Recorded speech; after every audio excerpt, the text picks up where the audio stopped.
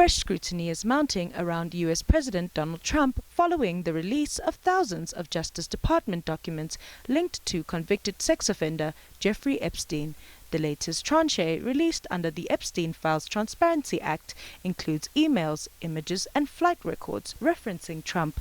Though many claims remain heavily redacted and unverified, the Justice Department says some allegations are false and warns the documents should not be treated as established fact.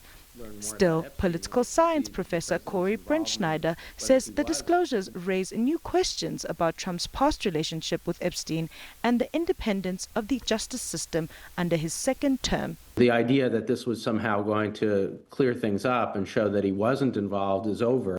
Among the files, references to Trump in Epstein's flight records and images showing Trump with Epstein's associate, Ghislaine Maxwell. A letter allegedly written by Epstein was later confirmed by the FBI to be fake. Trump denies any wrongdoing and says his association with Epstein ended years before Epstein's arrest in 2019. But Brentschneider warns the political consequences could extend into next year's U.S. midterm elections. At minimum, it might result in Republicans staying home. And, you know, the next major thing that will happen that will decide the future of our politics in the near future anyway is the midterm elections. And I think that this story is going to play a big role in them. From political accountability to public safety, Australia's most populous state has moved swiftly to tighten gun and protest laws after a deadly mass shooting in Sydney earlier this month. New South Wales lawmakers passed emergency legislation capping firearm ownership, banning extremist symbols and expanding police powers to restrict protest following terror attacks. Premier Chris Minns says the changes were unavoidable. This is the first tranche, but an important tranche of reforms in this state in relation to protest legislation, extreme hate symbols in our community, and also the toughest gun restrictions of any jurisdiction in the country.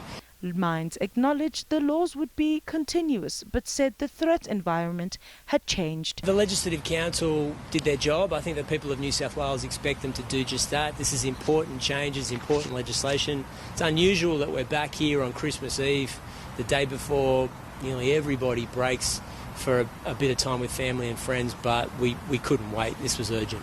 Meanwhile, tensions are rising in Southeast Asia, where Cambodia says Thai military forces have continued to strike multiple targets along the disputed border.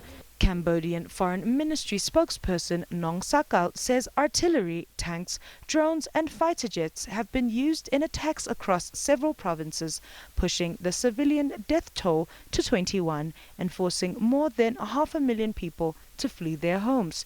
Phnom Penh has accused Thailand of violating a joint peace declaration signed in October. He says, "We call on the Thai side to unconditionally release the 18 Cambodian soldiers who have been detained." Both countries blame each other for reigniting the conflict, which has now entered its third week. And that was a look at the key international developments. I'm Botlhale Phele, SABC News.